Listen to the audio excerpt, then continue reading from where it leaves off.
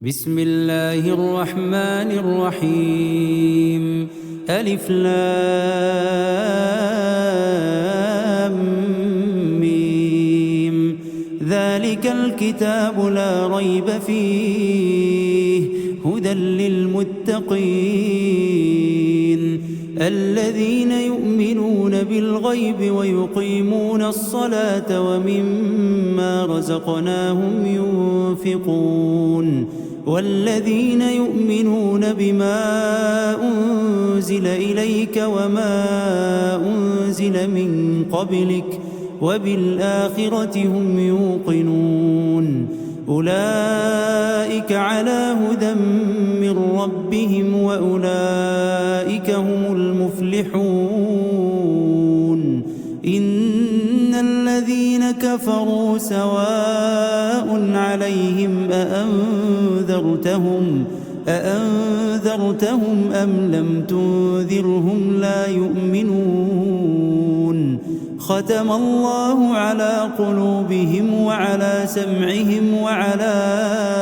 أبصارهم غشاوة ولهم عذاب عظيم. ومن الناس من يقول آمنا بالله وباليوم الآخر وما هم بمؤمنين يخادعون الله والذين آمنوا وما يخدعون إلا أنفسهم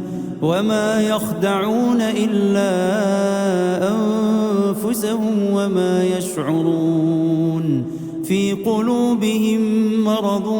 فزادهم الله مرضا ولهم عذاب أليم بما كانوا يكذبون. وإذا قيل لهم لا تفسدوا في الأرض قالوا إنما نحن مصلحون ألا إنهم هم المفسدون ولكن لا يشعرون. وإذا قيل لهم آمنوا كما آمن الناس قالوا أنؤمن كما آمن السفهاء ألا إنهم هم السفهاء ولكن لا يعلمون. وإذا لقوا الذين آمنوا قالوا آمنا وإذا خلوا إلى شياطينهم قالوا إنا معكم إنما نحن مستهزئون. الله يستهزئ بهم ويمدهم في طغيانهم يعمهون. أولئك الذين اشتروا الضلالة بالهدى فما ربحت تجارتهم وما كانوا مهتدين. مثلهم كمثل الذي استوقد نارا فلما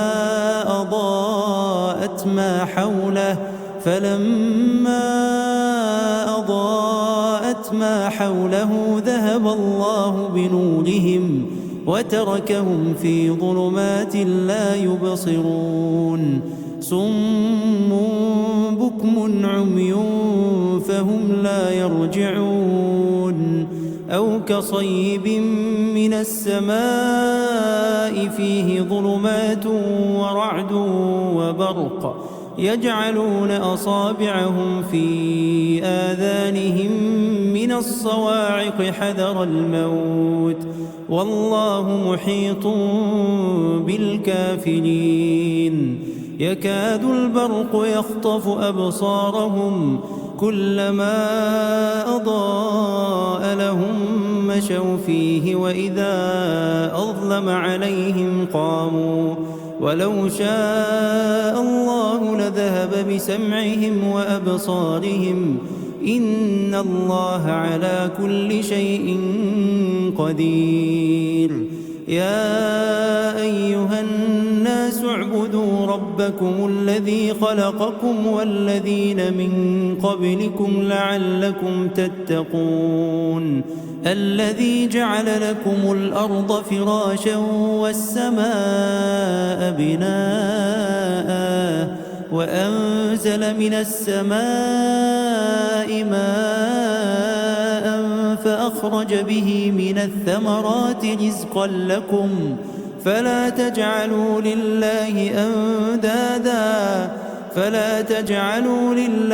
أندادا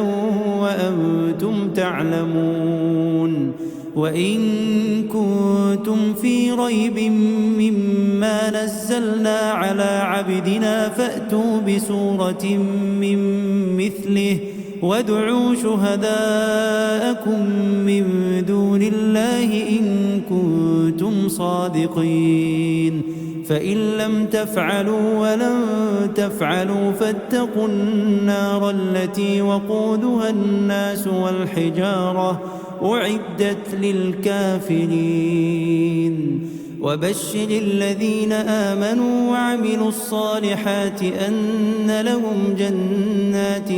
تجري من تحتها الأنهار كلما رزقوا منها من ثمرة رزقا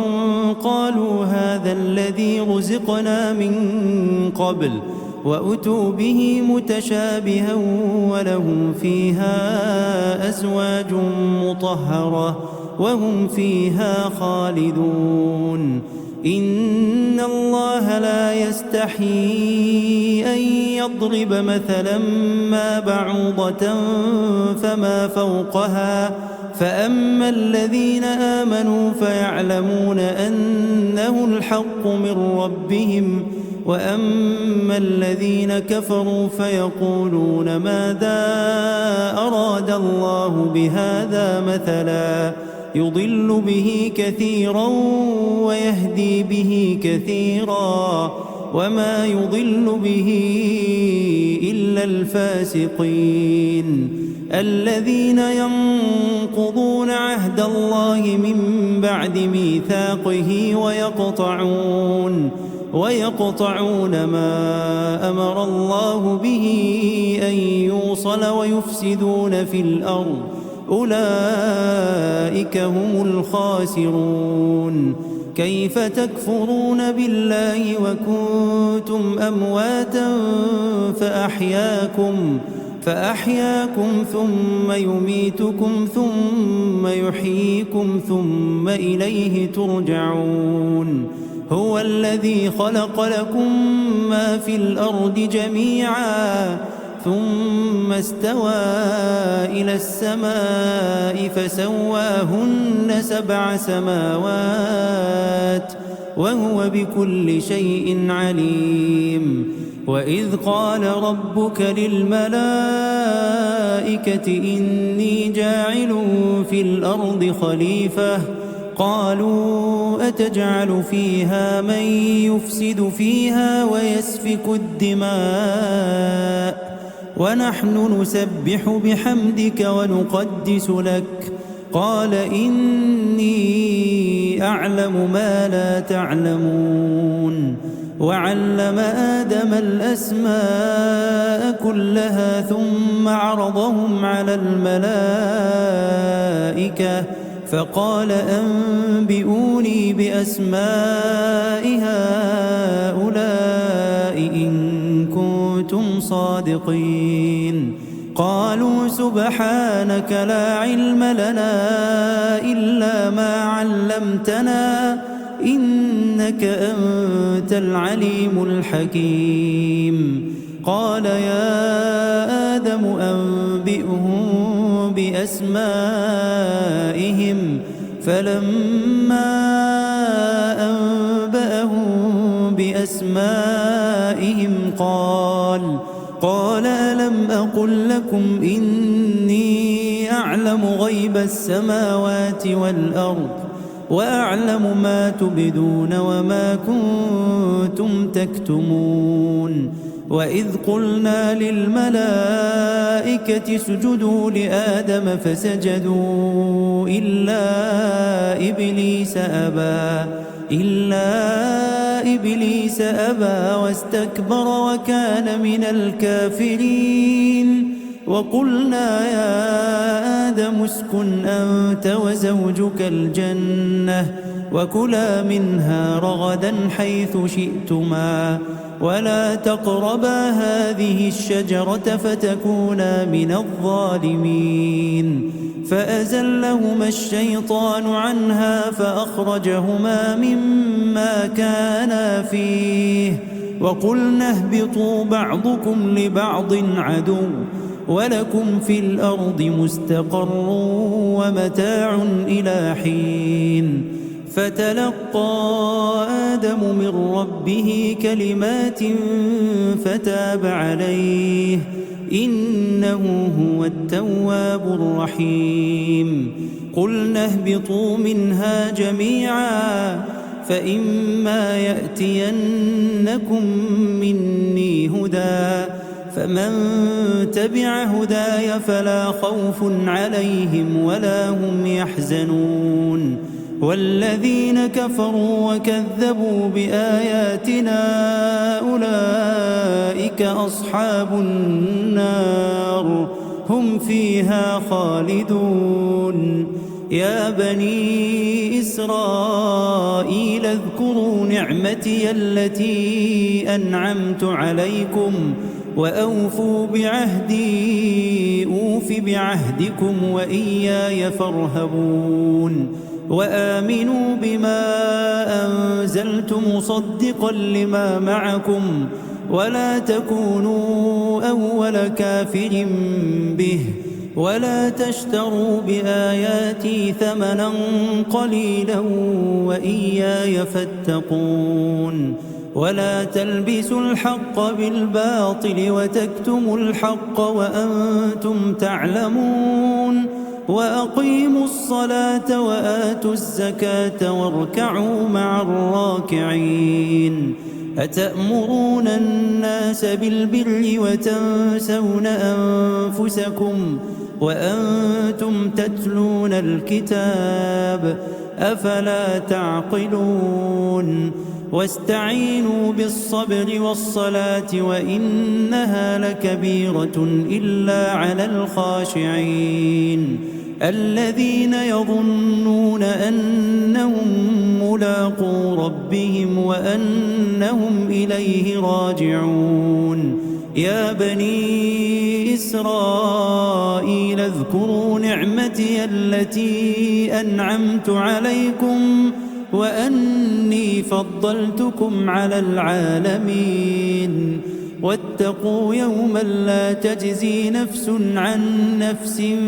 شيئا ولا يقبل منها شفاعة ولا يؤخذ منها عدل ولا هم ينصرون. وإذ نجيناكم من آل فرعون يسومونكم سوء العذاب يذبحون أبناءكم ويستحيون نساءكم وفي ذلكم بلاء من ربكم عظيم. وإذ فرقنا بكم البحر فأنجيناكم وأغرقنا آل فرعون وأنتم تنظرون. وإذ واعدنا موسى 40 ليلة ثم اتخذتم العجل من بعده وأنتم ظالمون. ثم عفونا عنكم من بعد ذلك لعلكم تشكرون.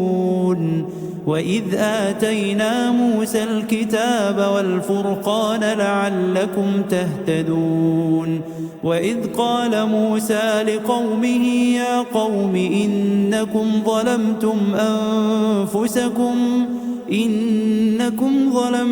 أنفسكم باتخاذكم العجل فتوبوا إلى بارئكم فاقتلوا أنفسكم ذلكم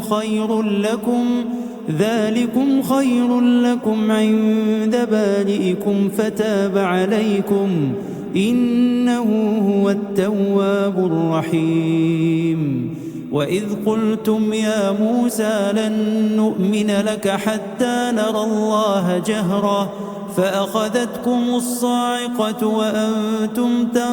تنظرون ثم بعثناكم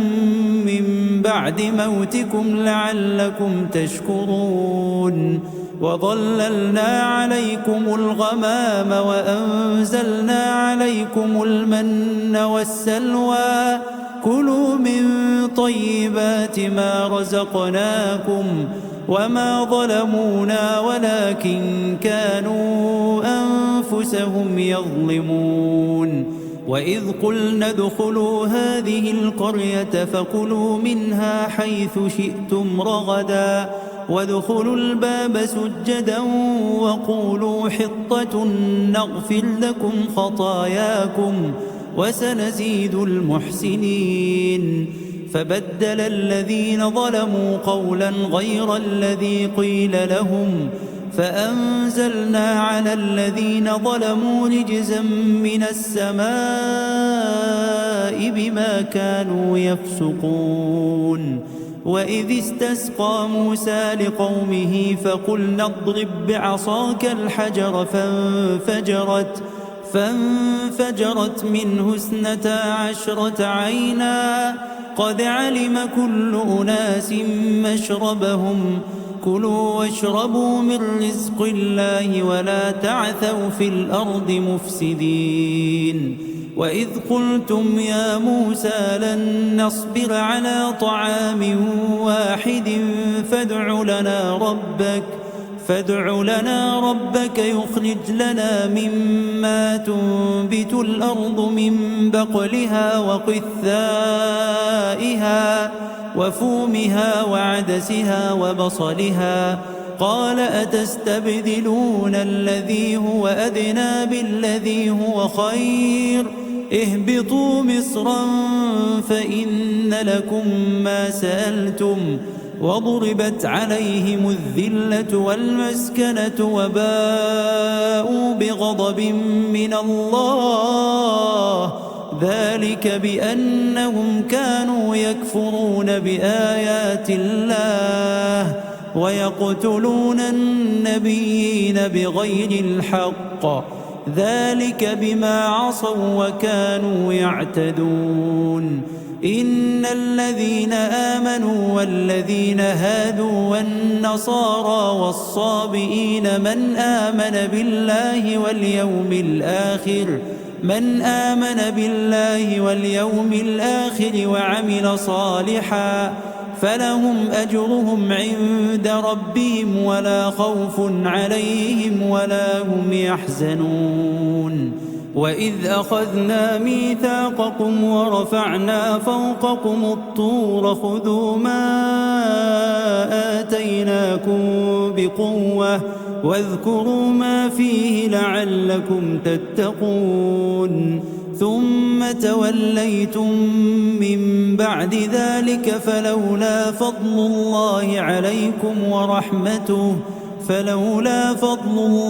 عليكم ورحمته لكنتم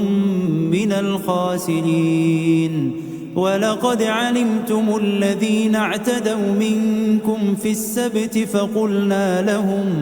فقلنا لهم كونوا قردة خاسئين فجعلناها نكالا لما بين يديها وما خلفها وموعظة للمتقين. وإذ قال موسى لقومه إن الله يأمركم أن تذبحوا بقرة قالوا أتتخذنا هزوا قال أعوذ بالله أن أكون من الجاهلين. قالوا ادع لنا ربك يبين لنا ما هي قال إنه يقول إنها بقرة لا فارغ ولا بكر عوان بين ذلك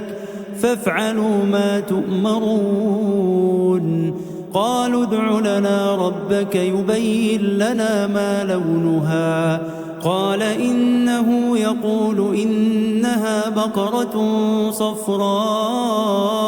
فاقع لونها تسر الناظرين قالوا ادع لنا ربك يبين لنا ما هي إن البقرة شابه علينا وإنا إن شاء الله لمهتدون قال إنه يقول إنها بقرة لا ذلول تثير الأرض ولا تسقي الحرث مسلمة لا شية فيها قالوا الآن جئت بالحق فذبحوها وما كادوا يفعلون وإذ قتلتم نفسا فادارأتم فيها والله مخرج ما كنتم تكتمون فقلنا اضربوه ببعضها كذلك يحيي الله الموتى ويريكم آياته لعلكم تعقلون ثم قست قلوبكم من بعد ذلك فهي كالحجارة أو أشد قسوة وإن من الحجارة لما يتفجر منه الأنهار وإن منها لما يشقق فيخرج منه الماء وإن منها لما يهبط من خشية الله وما الله بغافل عما تعملون أفتطمعون أن يؤمنوا لكم وقد كان فريق منهم يسمعون كلام الله ثم يحرفونه من بعد ما عقلوه وهم يعلمون وإذا لقوا الذين آمنوا قالوا آمنا وإذا خلا بعضهم إلى بعض قالوا أتحدثونه بما فتح الله عليكم ليحاجوكم به عند ربكم أفلا تعقلون أولا يعلمون أن الله يعلم ما يسرون وما يعلنون ومنهم أميون لا يعلمون الكتاب إلا أماني وإن هم إلا يظنون فويل للذين يكتبون الكتاب بأيديهم ثم يقولون هذا من عند الله ليشتروا به ثمنا قليلا فويل لهم مما كتبت أيديهم وويل لهم مما يكسبون وقالوا لن تمسنا النار إلا أياما معدودة قل أتخذتم عند الله عهدا فلن يخلف الله عهده أم تقولون على الله ما لا تعلمون بلى من كسب سيئة وأحاطت به خطيئته فأولئك أصحاب النار هم فيها خالدون والذين آمنوا وعملوا الصالحات أولئك أصحاب الجنة هم فيها خالدون وإذ أخذنا ميثاق بني إسرائيل لا تعبدون إلا الله وبالوالدين إحسانا وذي القربى واليتامى والمساكين وقولوا للناس حسنا وأقيموا الصلاة وآتوا الزكاة ثم توليتم إلا قليلا منكم وأنتم معرضون وإذ أخذنا ميثاقكم لا تسفكون دماءكم ولا تخرجون أنفسكم من دياركم ثم أقررتم وأنتم تشهدون ثم أنتم هؤلاء تقتلون أنفسكم وتخرجون فريقا منكم من ديارهم تظاهرون عليهم بالإثم والعدوان وإن يأتوكم أسارى تفادوهم وهو محرم عليكم إخراجهم أفتؤمنون ببعض الكتاب وتكفرون ببعض فما جزاء من يفعل ذلك منكم إلا خزي في الحياة الدنيا ويوم القيامة يردون إلى أشد العذاب وما الله بغافل عما تعملون أولئك الذين اشتروا الحياة الدنيا بالآخرة فلا يخفف عنهم العذاب ولا هم ينصرون ولقد آتينا موسى الكتاب وقفينا من بعده بالرسل وآتينا عيسى ابن مريم البينات وأيدناه بروح القدس أفكلما جاءكم رسول بما لا تهوى أنفسكم استكبرتم ففريقا كذبتم وفريقا تقتلون وقالوا قلوبنا غلف بل لعنهم الله بكفرهم فقليلا ما يؤمنون ولما جاءهم كتاب من عند الله مصدق لما معهم وكانوا من قبل يستفتحون على الذين كفروا فلما جاءهم ما عرفوا كفروا به فلعنة الله على الكافرين بئس ما اشتروا به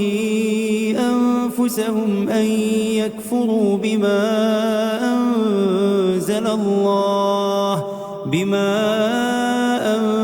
الله بغيا أن ينزل الله من فضله على من يشاء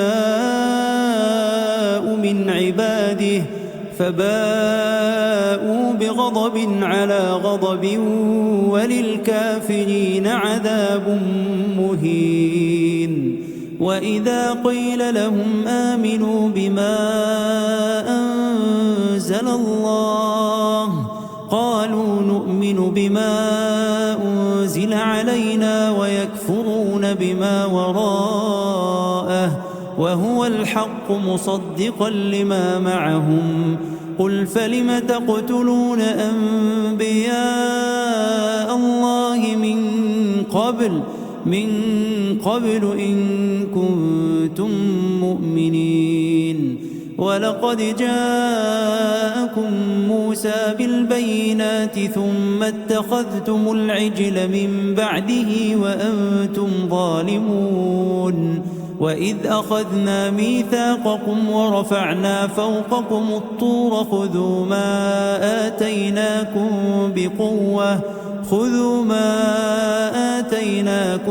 بقوة واسمعوا قالوا سمعنا وعصينا وأشربوا في قلوبهم العجل بكفرهم قل بئس ما يأمركم به إيمانكم إن كنتم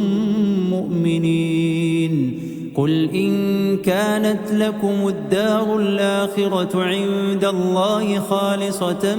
من دون الناس فتمنوا الموت إن كنتم صادقين ولن يتمنوه أبدا بما قدمت أيديهم والله عليم بالظالمين ولتجدنهم أحرص الناس على حياة ومن الذين أشركوا يود أحدهم لو يعمر 1000 سنة وما هو بمزحزحه من العذاب أن يعمر والله بصير بما يعملون قل من كان عدوا لجبريل فإنه نزله على قلبك بإذن الله مصدقا لما بين يديه وهدى وبشرى للمؤمنين من كان عدوا لله وملائكته ورسله وجبريل وميكال فإن الله عدو للكافرين ولقد أنزلنا إليك آيات بينات وما يكفر بها إلا الفاسقون أو كلما عاهدوا عهدا نبذه فريق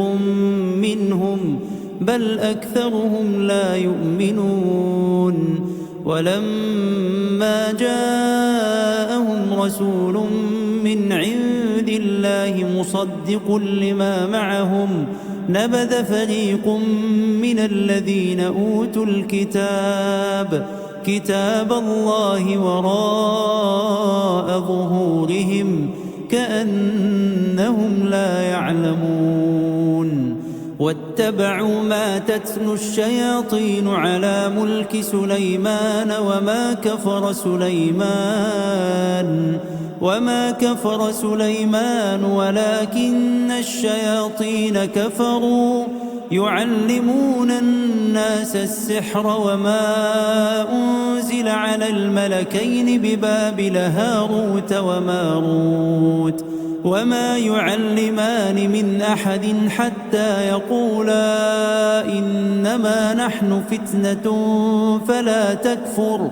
فيتعلمون منهما ما يفرقون به بين المرء وزوجه وما هم بضارين به من أحد إلا بإذن الله ويتعلمون ما يضرهم ولا ينفعهم ولقد علموا لمن اشتراه ما له في الآخرة من خلاق ولبئس ما شروا به أنفسهم لو كانوا يعلمون ولو أنهم آمنوا واتقوا لمثوبة من عند الله خير لو كانوا يعلمون يا أيها الذين آمنوا لا تقولوا راعنا وقولوا انظرنا واسمعوا وللكافرين عذاب أليم ما يود الذين كفروا من أهل الكتاب ولا المشركين أن ينزل عليكم من خير من ربكم والله يختص برحمته من يشاء والله ذو الفضل العظيم ما ننسخ من آية أو ننسها نأت بخير منها أو مثلها ألم تعلم أن الله على كل شيء قدير ألم تعلم أن الله له ملك السماوات والأرض وما لكم من دون الله من ولي ولا نصير أم تريدون أن تسألوا رسولكم كما سئل موسى من قبل ومن يتبدل الكفر بالإيمان فقد ضل سواء السبيل ود كثير من أهل الكتاب لو يردونكم من بعد إيمانكم كفارا حسدا من عند أنفسهم من بعد ما تبين لهم الحق فاعفوا واصفحوا حتى يأتي الله بأمره إن الله على كل شيء قدير وأقيموا الصلاة وآتوا الزكاة وما تقدموا لأنفسكم من خير تجدوه عند الله إن الله بما تعملون بصير وقالوا لن يدخل الجنة إلا من كان هودا أو نصارى تلك أمانيهم قل هاتوا برهانكم إن كنتم صادقين بلى من أسلم وجهه لله وهو محسن فله أجره عند ربه ولا خوف عليهم ولا هم يحزنون وقالت اليهود ليست النصارى على شيء وقالت النصارى ليست اليهود على شيء وهم يتلون الكتاب كذلك قال الذين لا يعلمون مثل قولهم فالله يحكم بينهم يوم القيامة فيما كانوا فيه يختلفون ومن أظلم ممن منع مساجد الله أن يذكر فيها اسمه وسعى في خرابها أولئك ما كان لهم أن يدخلوها إلا خائفين لهم في الدنيا خزي ولهم في الآخرة عذاب عظيم ولله المشرق والمغرب فأينما تولوا فثم وجه الله إن الله واسع عليم وقالوا اتخذ الله ولدا سبحانه بل له ما في السماوات والأرض كل له قانتون بديع السماوات والأرض وإذا قضى أمرا فإنما يقول له كن فيكون وقال الذين لا يعلمون لولا يكلمنا الله أو تأتينا آية كذلك قال الذين من قبلهم مثل قولهم تشابهت قلوبهم قد بينا الآيات لقوم يوقنون إنا أرسلناك بالحق بشيرا ونذيرا ولا تسأل عن أصحاب الجحيم ولن ترضى عنك اليهود ولا النصارى حتى تتبع ملتهم قل إن هدى الله هو الهدى ولئن اتبعت أهواءهم بعد الذي جاءك من العلم ما لك من الله من ولي ولا نصير الذين آتيناهم الكتاب يتلونه حق تلاوته أولئك يؤمنون به ومن يكفر به فأولئك هم الخاسرون يا بني إسرائيل اذكروا نعمتي التي أنعمت عليكم وأني فضلتكم على العالمين واتقوا يوما لا تجزي نفس عن نفس شيئا ولا يقبل منها عدل ولا تنفعها شفاعة ولا هم ينصرون وإذ ابتلى إبراهيم ربه بكلمات فأتمهن قال إني جاعلك للناس إماما قال ومن ذريتي قال لا ينال عهد الظالمين وإذ جعلنا البيت مثابة للناس وأمنا واتخذوا من مقام إبراهيم مصلى وعهدنا إلى إبراهيم وإسماعيل أن طهرا بيتي للطائفين والعاكفين والركع السجود وإذ قال إبراهيم رب اجعل هذا بلدا آمنا وارزق أهله من الثمرات من آمن منهم بالله واليوم الآخر قال ومن كفر فأمتعه قليلا ثم أضطره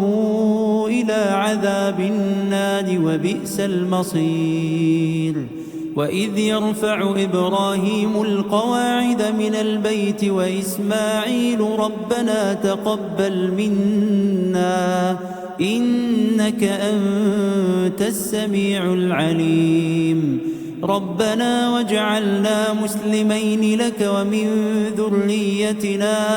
أمة مسلمة لك وأرنا مناسكنا وتب علينا إنك أنت التواب الرحيم ربنا وابعث فيهم رسولا منهم يتلو عليهم آياتك ويعلمهم الكتاب والحكمة ويزكيهم إنك أنت العزيز الحكيم ومن يرغب عن ملة إبراهيم إلا من سفه نفسه ولقد اصطفيناه في الدنيا وإنه في الآخرة لمن الصالحين إذ قال له ربه أسلم قال أسلمت لرب العالمين ووصى بها إبراهيم بنيه ويعقوب يا بني إن الله اصطفى لكم الدين فلا تموتن إلا وأنتم مسلمون أم كنتم شهداء إذ حضر يعقوب الموت إذ قال لبنيه ما تعبدون من بعدي قالوا نعبد إلهك وإله آبائك إبراهيم وإسماعيل وإسحاق إلها واحدا ونحن له مسلمون تلك أمة قد خلت لها ما كسبت ولكم ما كسبتم ولا تسألون عما كانوا يعملون وقالوا كونوا هودا أو نصارى تهتدوا قل بل ملة إبراهيم حنيفا وما كان من المشركين قولوا آمنا بالله وما أنزل إلى إبراهيم وإسماعيل وإسحاق ويعقوب والأسباط وما أوتي موسى وعيسى وما أوتي النبيون من ربهم لا نفرق بين أحد منهم ونحن له مسلمون فإن آمنوا بمثل ما آمنتم به فقد اهتدوا وإن تولوا فإنما هم في شقاق فسيكفيكهم الله وهو السميع العليم صبغة الله ومن أحسن من الله صبغة ونحن له عابدون قل أتحاجوننا في الله وهو ربنا وربكم ولنا أعمالنا ولكم أعمالكم ونحن له مخلصون أم تقولون إن إبراهيم وإسماعيل وإسحاق ويعقوب والأسباط كانوا هودا أو نصارى قل أأنتم أعلم أم الله ومن أظلم ممن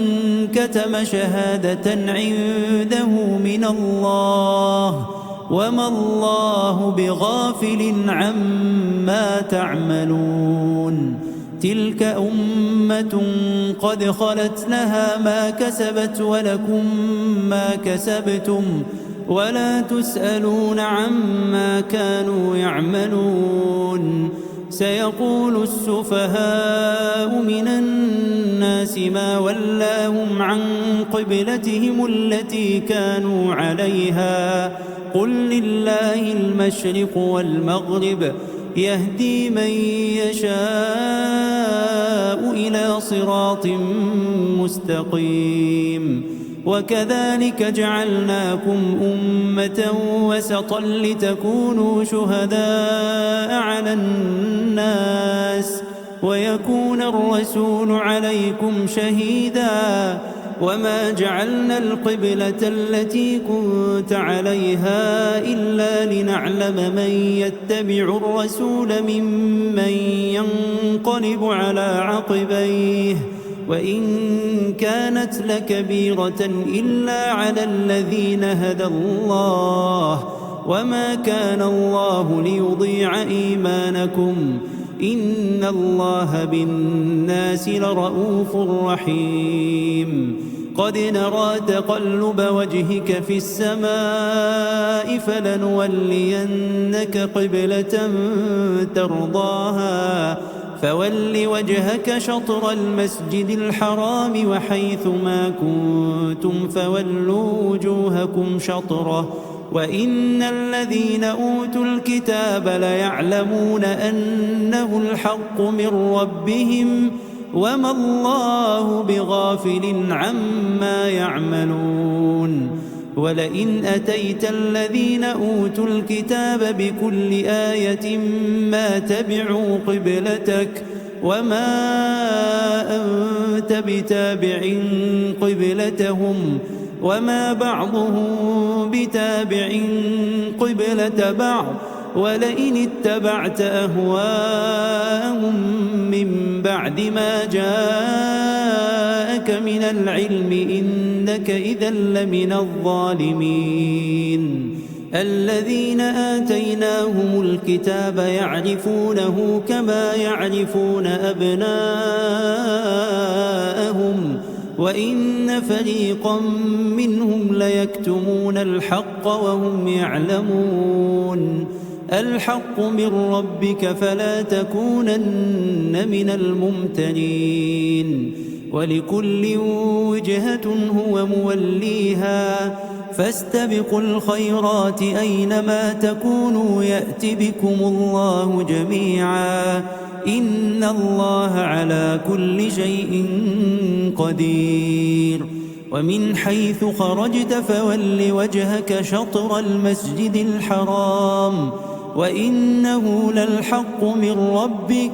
وما الله بغافل عما تعملون ومن حيث خرجت فول وجهك شطر المسجد الحرام وحيث ما كنتم فولوا وجوهكم شطره لئلا يكون للناس عليكم حجة إلا الذين ظلموا منهم فلا تخشوهم واخشوني ولأتم نعمتي عليكم ولعلكم تهتدون كما أرسلنا فيكم رسولا منكم يتلو عليكم آياتنا ويزكيكم ويعلمكم الكتاب والحكمة ويعلمكم ما لم تكونوا تعلمون فاذكروني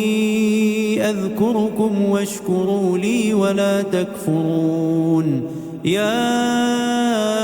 أيها الذين آمنوا استعينوا بالصبر والصلاة إن الله مع الصابرين. ولا تقولوا لمن يقتل في سبيل الله أموات بل أحياء ولكن لا تشعرون. ولنبلونكم بشيء من الخوف والجوع ونقص من الأموال والأنفس والثمرات وبشر الصابرين الذين إذا أصابتهم مصيبة قالوا إنا لله وإنا إليه راجعون. أولئك عليهم صلوات من ربهم ورحمة وأولئك هم المهتدون. إن الصفا والمروة من شعائر الله فمن حج البيت أو اعتمر فلا جناح عليه أن يطوف بهما ومن تطوع خيرا فإن الله شاكر عليم. إن الذين يكتمون ما أنزلنا من البينات والهدى من بعد ما بيناه للناس في الكتاب أولئك يلعنهم الله ويلعنهم اللاعنون إلا الذين تابوا وأصلحوا وبينوا فأولئك أتوب عليهم وأنا التواب الرحيم. إن الذين كفروا وماتوا وهم كفار أولئك عليهم لعنة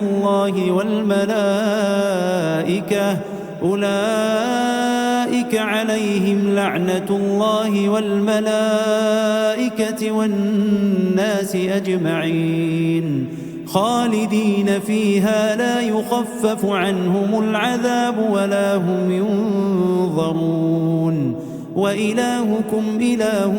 واحد لا إله إلا هو الرحمن الرحيم. إن في خلق السماوات والأرض واختلاف الليل والنهار والفلك التي تجري في البحر بما ينفع الناس وما أنزل الله من السماء من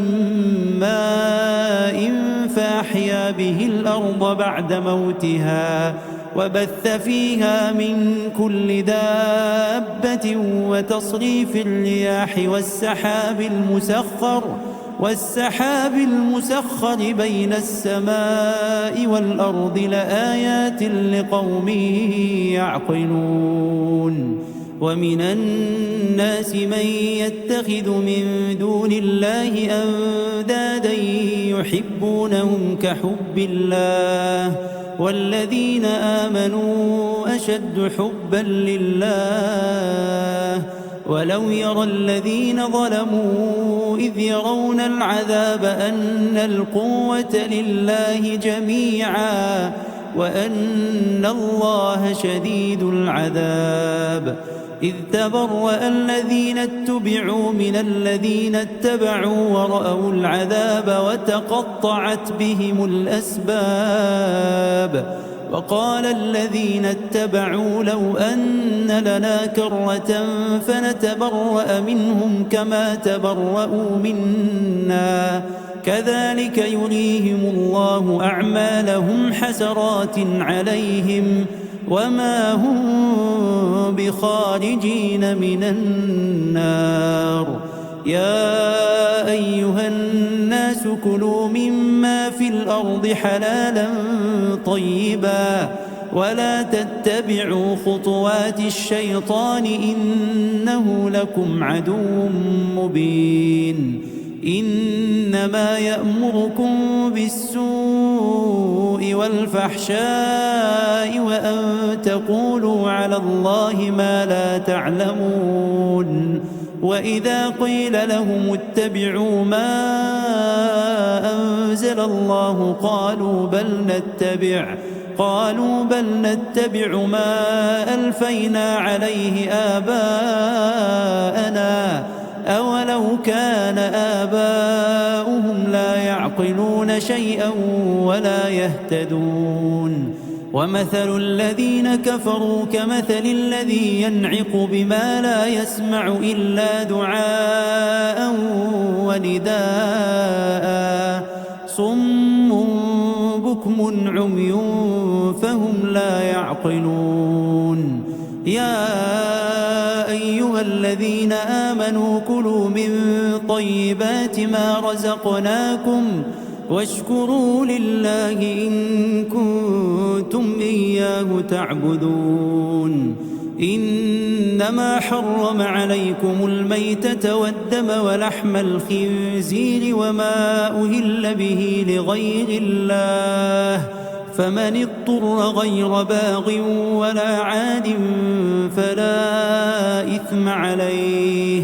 إن الله غفور رحيم إن الذين يكتمون ما أنزل الله من الكتاب ويشترون به ثمنا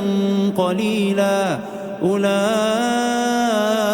ما يأكلون في بطونهم إلا النار ولا يكلمهم الله يوم القيامة ولا يزكيهم ولهم عذاب أليم أولئك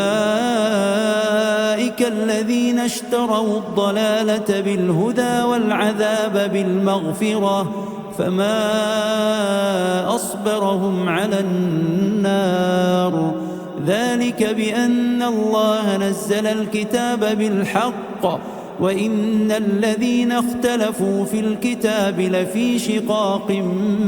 بعيد ليس البر أن تولوا وجوهكم قبل المشرق والمغرب ولكن البر من آمن بالله واليوم الآخر والملائكة والكتاب والنبيين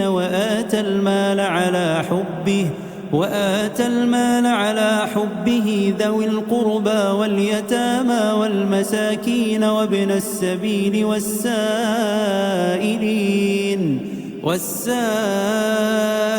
وفي الرقاب وأقام الصلاة وآتى الزكاة والموفون بعهدهم إذا عاهدوا والصابرين في البأساء والضراء وحين البأس أولئك الذين صدقوا وأولئك هم المتقون يا أيها الذين آمنوا كتب عليكم القصاص في القتلى الحر بالحر والعبد بالعبد والأنثى بالأنثى فمن عفي له من أخيه شيء فاتباع بالمعروف وأداء إليه بإحسان ذلك تخفيف من ربكم ورحمة فمن اعتدى بعد ذلك فله عذاب أليم ولكم في القصاص حياة يا أولي الألباب لعلكم تتقون كتب عليكم إذا حضر أحدكم الموت إن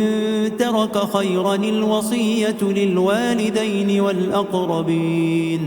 للوالدين والأقربين بالمعروف حقا على المتقين فمن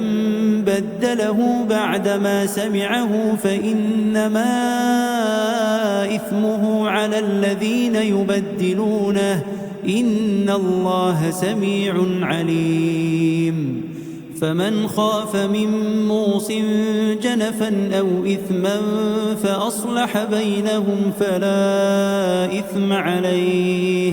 إن الله غفور رحيم يا أيها الذين آمنوا كتب عليكم الصيام كما كتب على الذين من قبلكم لعلكم تتقون أياما معدودات فمن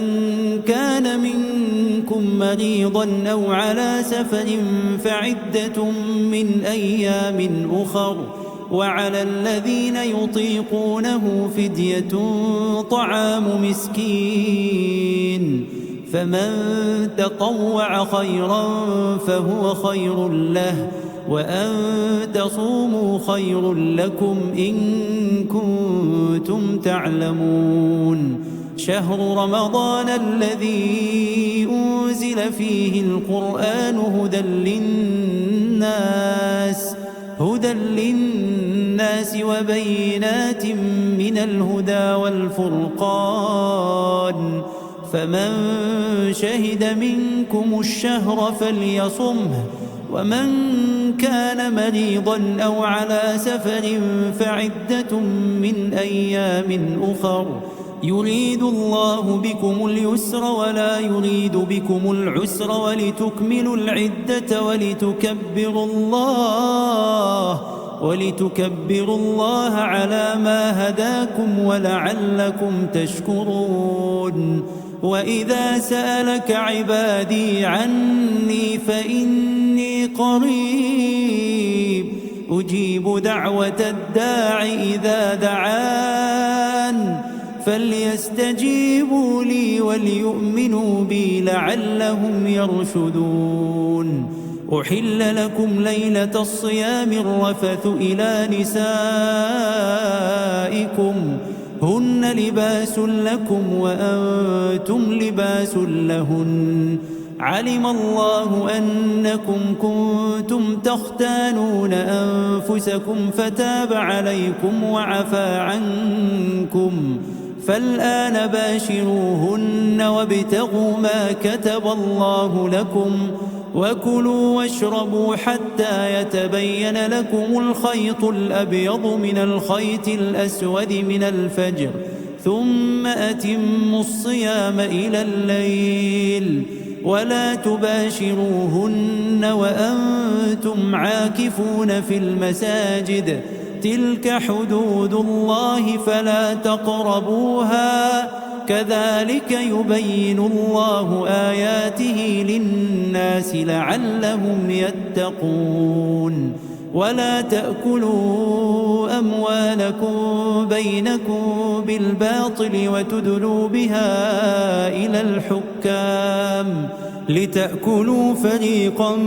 من أموال الناس بالإثم وأنتم تعلمون يسألونك عن الأهلة قل هي مواقيت للناس والحج وليس البر بأن تأتوا البيوت من ظهورها ولكن البر من اتقى وأتوا البيوت من أبوابها واتقوا الله لعلكم تفلحون وقاتلوا في سبيل الله الذين يقاتلونكم ولا تعتدوا إن الله لا يحب المعتدين واقتلوهم حيث ثقفتموهم وأخرجوهم من حيث أخرجوكم والفتنة أشد من القتل ولا تقاتلوهم عند المسجد الحرام حتى يقاتلوكم فيه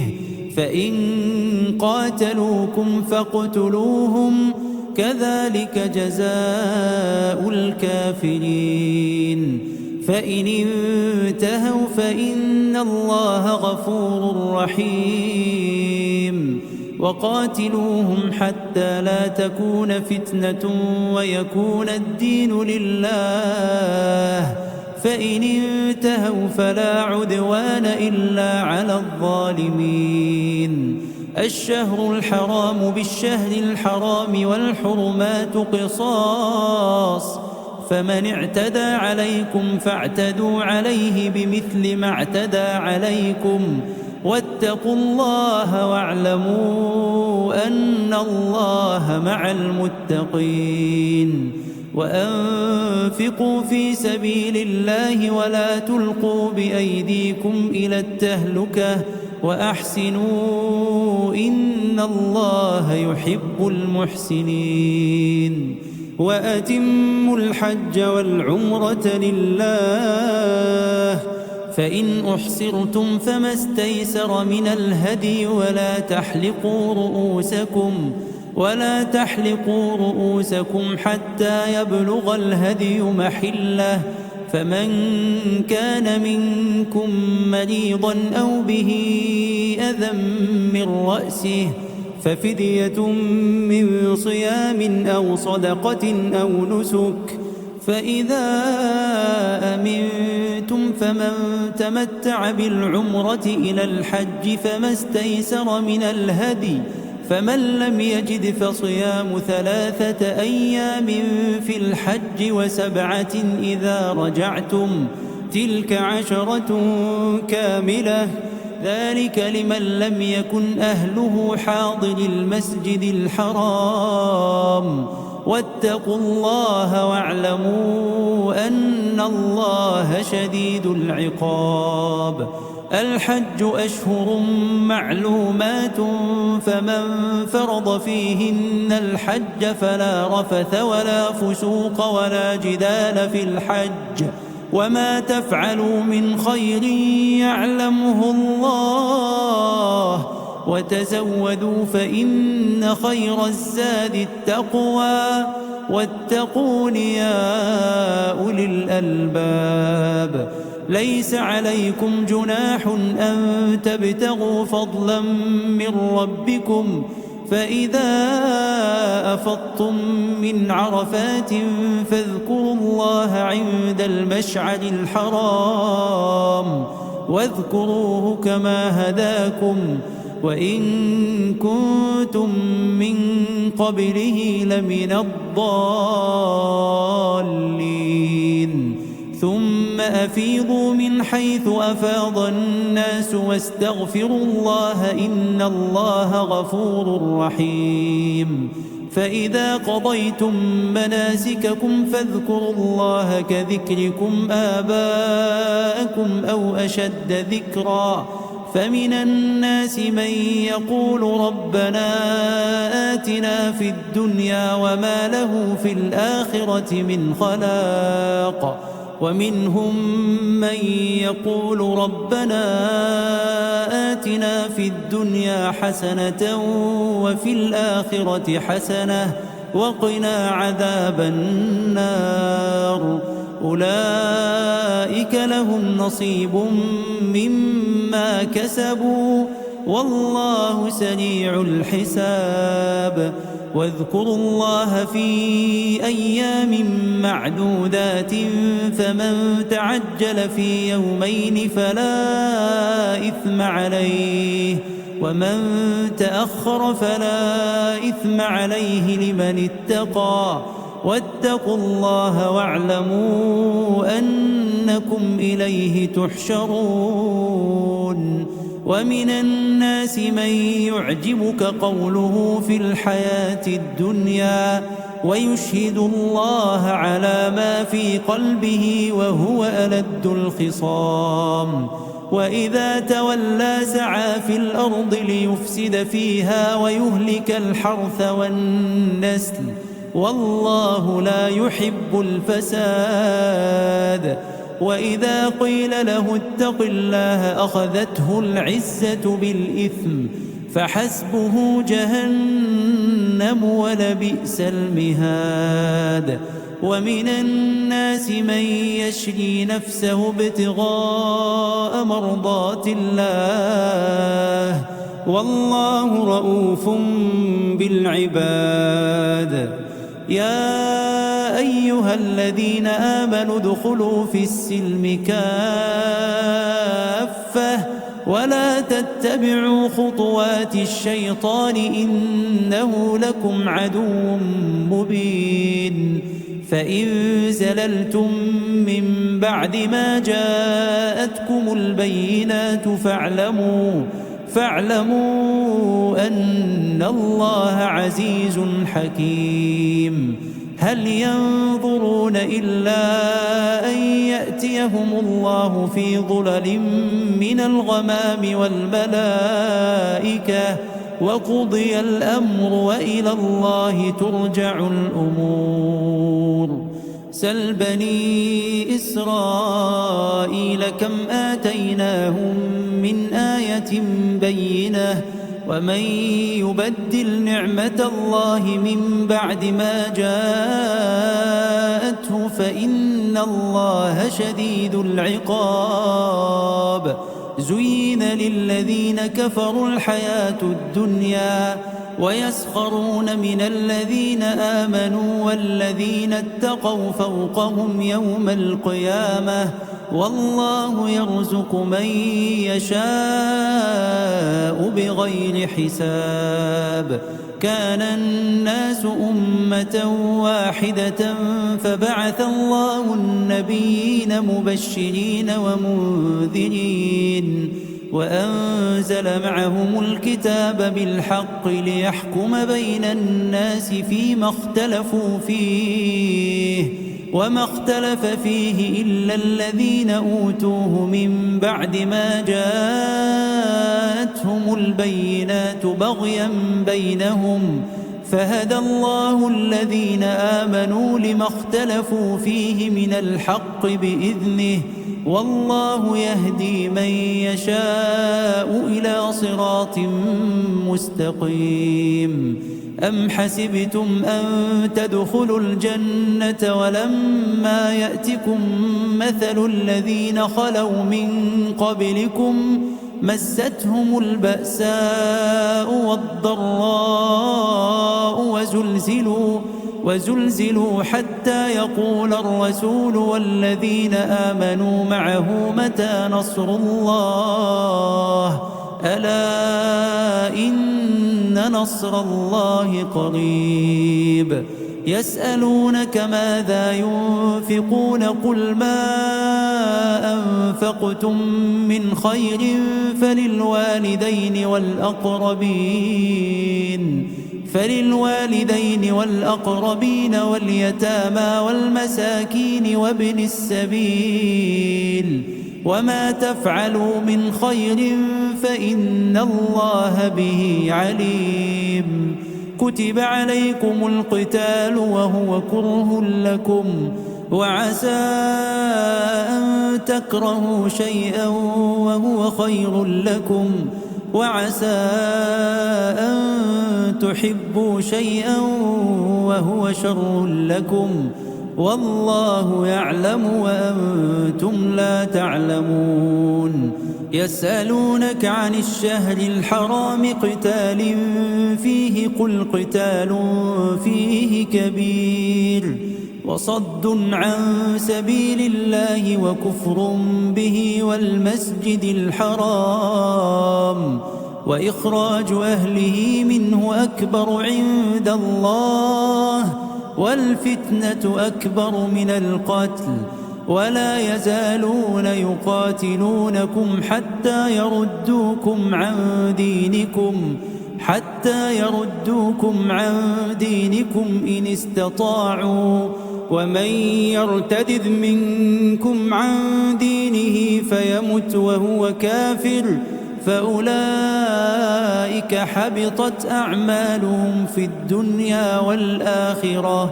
وأولئك أصحاب النار هم فيها خالدون. إن الذين آمنوا والذين هاجروا وجاهدوا في سبيل الله أولئك يرجون رحمة الله والله غفور رحيم. يسألونك عن الخمر والميسر قل فيهما إثم كبير ومنافع للناس وإثمهما أكبر من نفعهما ويسألونك ماذا ينفقون كذلك يبين الله لكم الآيات لعلكم تتفكرون في الدنيا والآخرة. ويسألونك عن اليتامى قل إصلاح لهم خير وإن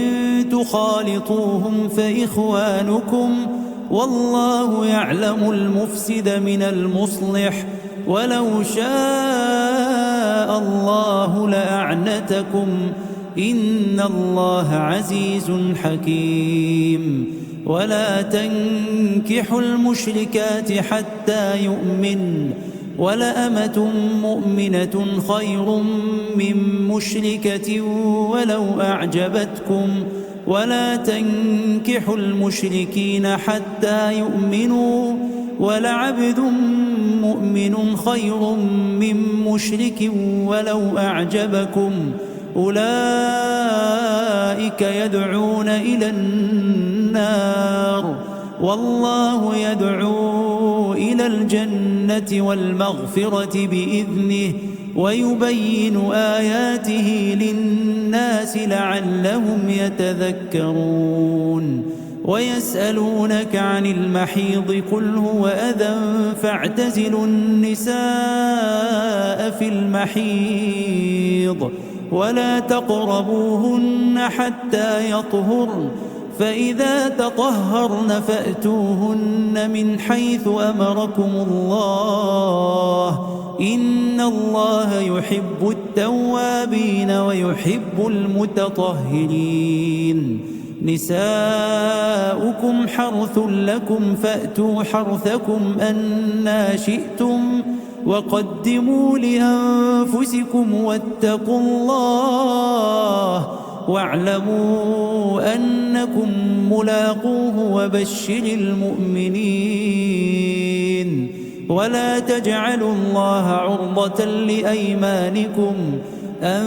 تبروا وتتقوا وتصلحوا بين الناس والله سميع عليم. لا يؤاخذكم الله باللغو في أيمانكم ولكن يؤاخذكم بما كسبت قلوبكم والله غفور حليم. للذين يؤلون من نسائهم تربص 4 أشهر فإن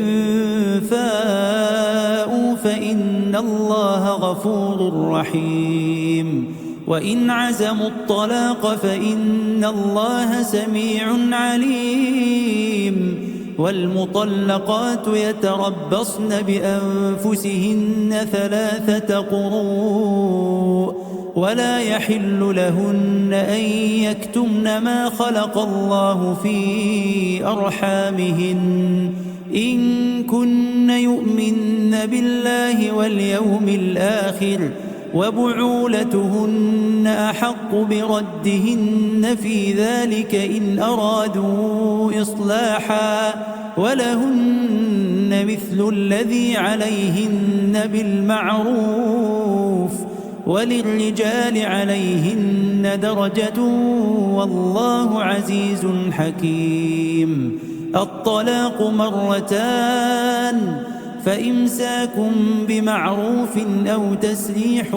بإحسان ولا يحل لكم أن تأخذوا مما آتيتموهن شيئا إلا أن يخافا ألا يقيما حدود الله فإن خفتم ألا يقيما حدود الله فلا جناح عليهما فيما افتدت به تلك حدود الله فلا تعتدوها ومن يتعد حدود الله فأولئك هم الظالمون. فإن طلقها فلا تحل له من بعد حتى تنكح زوجا غيره فإن طلقها فلا جناح عليهما أن يتراجعا إن ظنا أن يقيما حدود الله وتلك حدود الله يبينها لقوم يعلمون. وإذا طلقتم النساء فبلغن أجلهن فأمسكوهن بمعروف أو سرحوهن بمعروف، ولا تمسكوهن ضرارا لتعتدوا، ومن يفعل ذلك فقد ظلم نفسه. ولا تتخذوا آيات الله هزوا، واذكروا نعمة الله عليكم وما أنزل عليكم من الكتاب والحكمة يعظكم به، واتقوا الله واعلموا أن الله بكل شيء عليم. وإذا طلقتم النساء فبلغن أجلهن فلا تعضلوهن أن ينكحن أزواجهن إذا تراضوا بينهم بالمعروف، ذلك يوعظ به من كان منكم يؤمن بالله واليوم الآخر، ذلكم أزكى لكم وأطهر، والله يعلم وأنتم لا تعلمون. والوالدات يرضعن أولادهن حولين كاملين لمن أراد أن يتم الرضاعة، وعلى المولود له رزقهن وكسوتهن بالمعروف، لا تكلف نفس إلا وسعها، لا تضار والدة بولدها ولا مولود له بولده، وعلى الوارث مثل ذلك، فإن أرادا فصالا عن تراض منهما وتشاور فلا جناح عليهما. وإن أردتم أن تسترضعوا أولادكم فلا جناح عليكم إذا سلمتم ما آتيتم بالمعروف، واتقوا الله واعلموا أن الله بما تعملون بصير. والذين يتوفون منكم ويذرون أزواجا يتربصن بأنفسهن 4 أشهر وعشرا، فإذا بلغن أجلهن فلا جناح عليكم فيما فعلن في أنفسهن بالمعروف، والله بما تعملون خبير. ولا جناح عليكم فيما عرضتم به من خطبة النساء أو أكننتم في أنفسكم، علم الله أنكم ستذكرونهن ولكن لا تواعدوهن سرا إلا أن تقولوا قولا معروفا، ولا تعزموا عقدة النكاح حتى يبلغ الكتاب أجله، واعلموا أن الله يعلم ما في أنفسكم فاحذروه، واعلموا أن الله غفور حليم. لا جناح عليكم إن طلقتم النساء ما لم تمسوهن أو تفرضوا لهن فريضة، ومتعوهن على الموسع قدره وعلى المقتر قدره متاعا بالمعروف حقا على المحسنين. وإن طلقتموهن من قبل أن تمسوهن وقد فرضتم لهن فريضة فنصف ما فرضتم إلا أن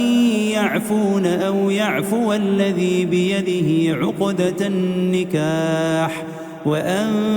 تعفوا أقرب للتقوى، ولا تنسوا الفضل بينكم، إن الله بما تعملون بصير حافظوا على الصلوات والصلاة الوسطى وقوموا لله قانتين فإن خفتم فرجالا أو ركبانا فإذا أمنتم فاذكروا الله كما علمكم ما لم تكونوا تعلمون والذين يتوفون منكم ويذرون أزواجا وصية لأزواجهم متاعا إلى الحول غير إخراج فإن خرجن فلا جناح عليكم فيما فعلن في أنفسهن من معروف والله عزيز حكيم وللمطلقات متاع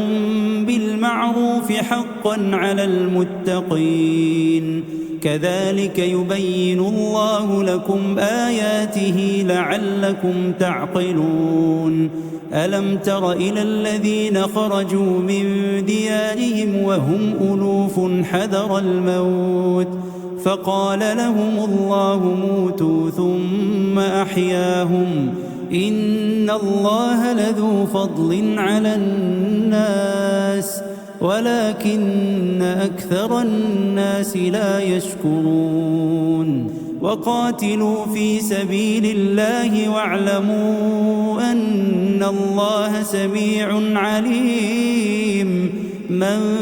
ذا الذي يقرض الله قرضا حسنا فيضاعفه له أضعافا كثيرة والله يقبض ويبسط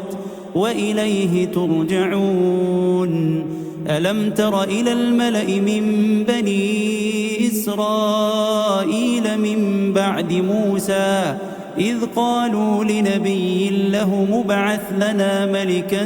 نقاتل في سبيل الله قال هل عسيتم إن كتب عليكم القتال ألا تقاتلوا قالوا وما لنا ألا نقاتل في سبيل الله وقد أخرجنا من ديارنا وأبنائنا فلما كتب عليهم القتال تولوا إلا قليلا منهم والله عليم بالظالمين وقال لهم نبيهم إن الله قد بعث لكم طالوت ملكا قالوا أنى يكون له الملك علينا ونحن أحق بالملك منه ولم يؤت سعة من المال قال إن الله اصطفاه عليكم وزاده بسطة في العلم والجسم والله يؤتي ملكه من يشاء والله واسع عليم وقال لهم نبيهم إن آية ملكه أن يأتيكم التابوت فيه سكينة من ربكم وبقية مما ترك آل موسى وآل هارون تحمله الملائكة إن في ذلك لآية لكم إن كنتم مؤمنين فلما فصل طالوت بالجنود قال إن الله مبتليكم بنهر فمن شرب منه فليس مني ومن لم يطعمه فإنه مني إلا من اغترف غرفة بيده فشربوا منه إلا قليلا منهم فلما جاوزه هو والذين آمنوا معه قالوا لا طاقة لنا اليوم بجالوت وجنوده قال الذين يظنون أنهم ملاقو الله كم من فئة قليلة غلبت فئة كثيرة بإذن الله والله مع الصابرين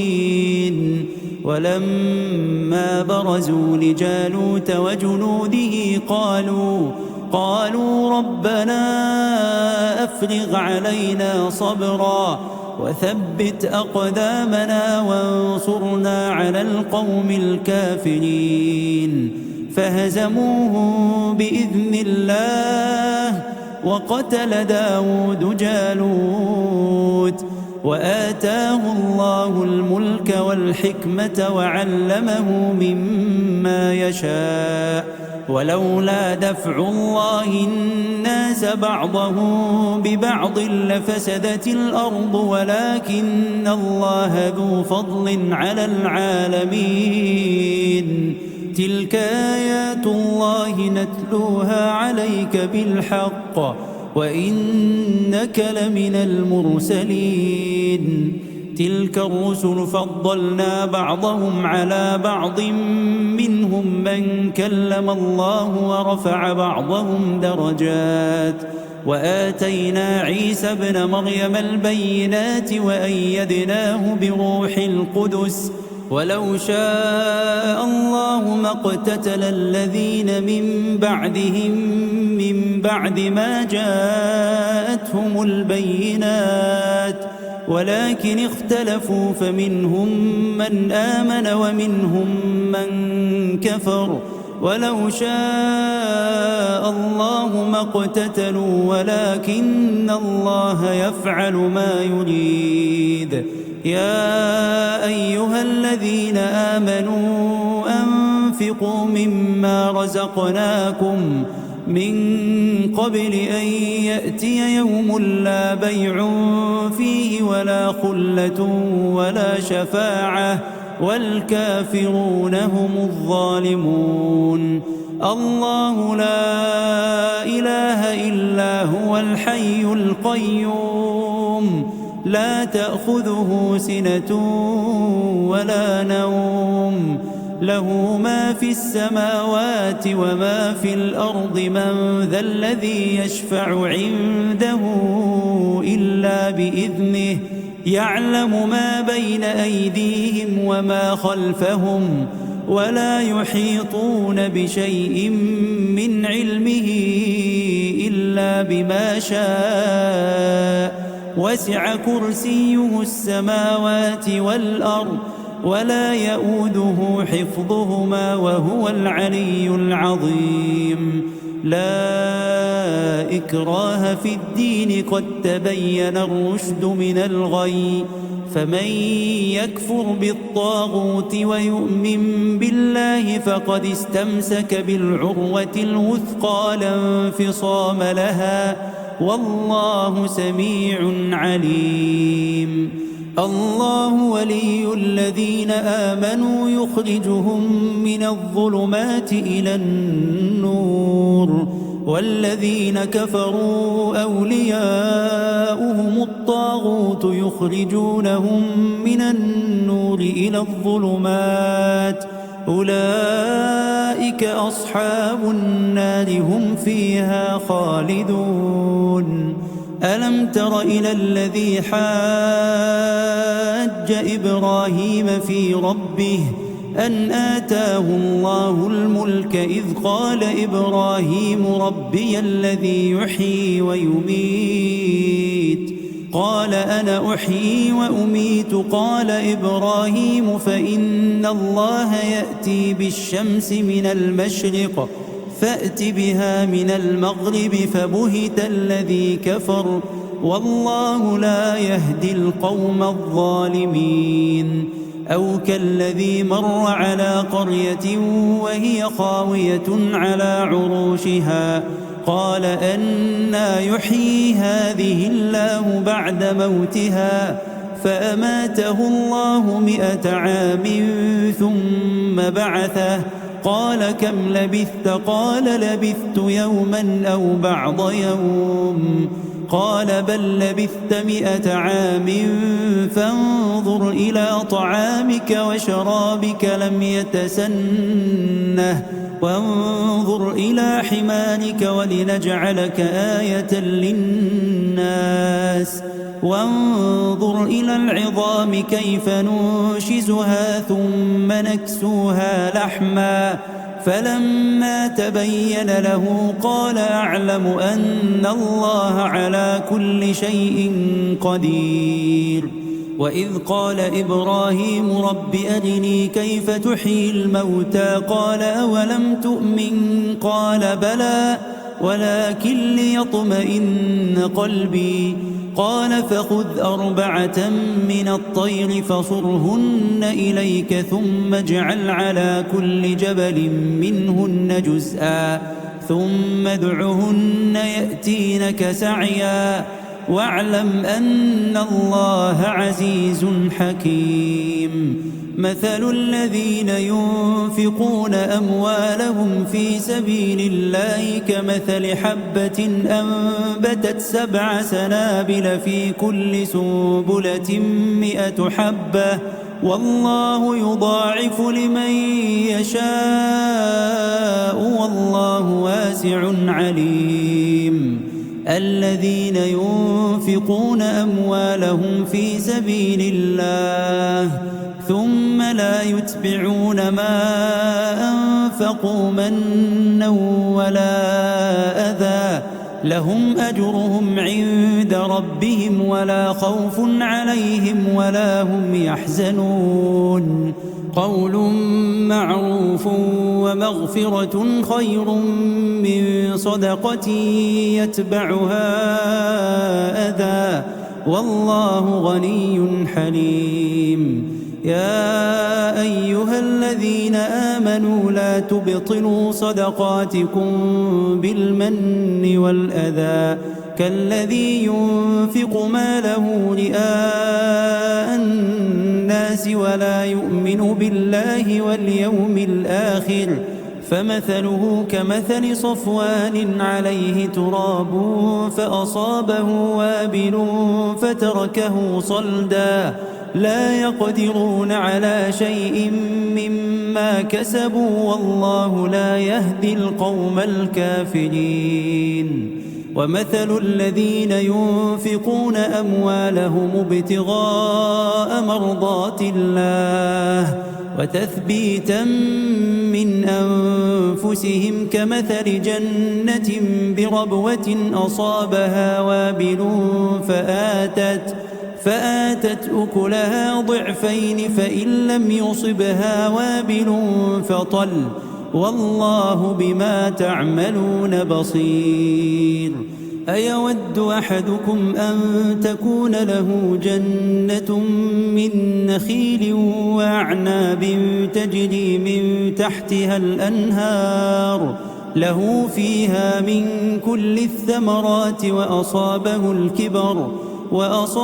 الكبر وله ذرية ضعفاء فأصابها إعصار فيه نار فاحترقت كذلك يبين الله لكم الآيات لعلكم تتفكرون. يا أيها الذين آمنوا أنفقوا من طيبات ما كسبتم وممما أخرجنا لكم من الأرض ولا تيمموا الخبيث منه تنفقون ولستم بآخذيه إلا أن تغمضوا فيه واعلموا أن الله غني حميد. الشيطان يعدكم الفقر ويأمركم بالفحشاء والله يعدكم مغفرة منه وفضلا والله واسع عليم. يؤتي الحكمة من يشاء ومن يؤت الحكمة فقد أوتي خيرا كثيرا وما يذكر إلا أولو الألباب. وما أنفقتم من نفقة أو نذرتم من نذر فإن الله يعلمه وما للظالمين من أنصار. إن تبدوا الصدقات فنعما هي وإن تخفوها وتؤتوها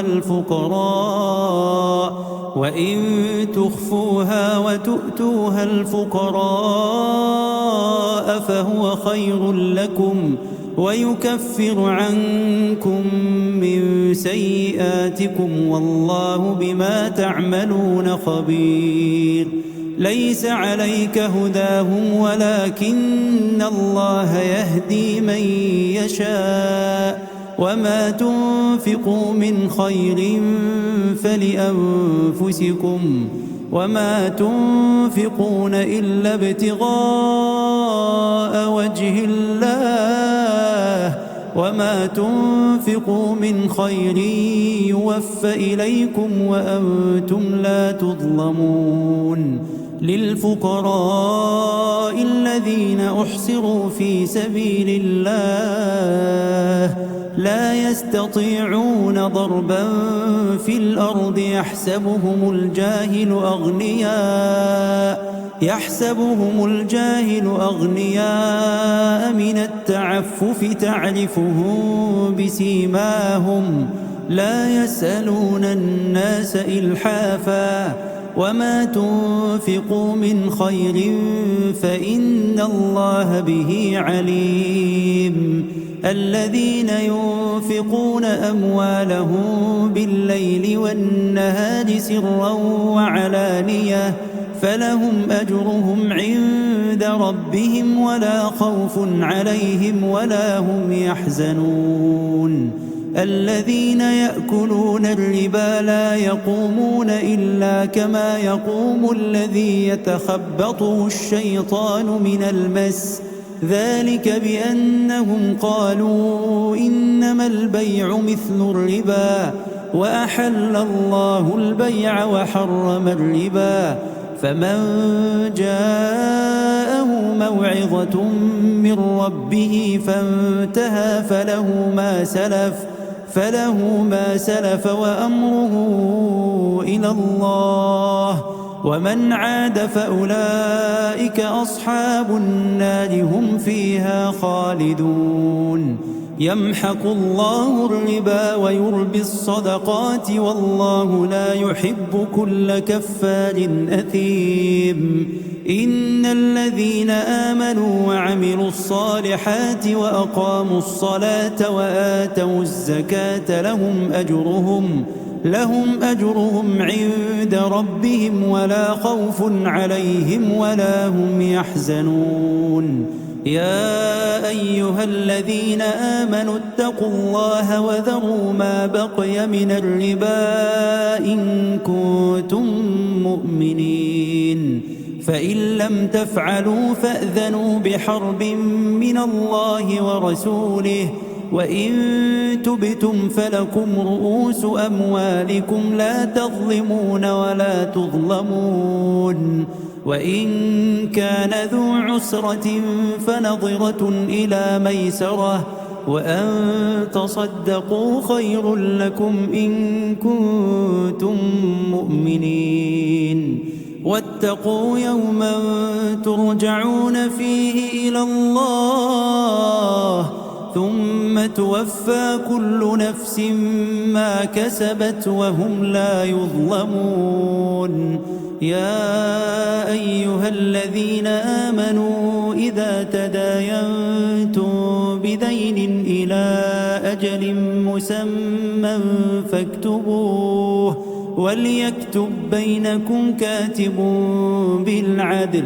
ولا يأب كاتب أن يكتب كما علمه الله فليكتب وليملل الذي عليه الحق وليتق الله ربه ولا يبخس منه شيئا فإن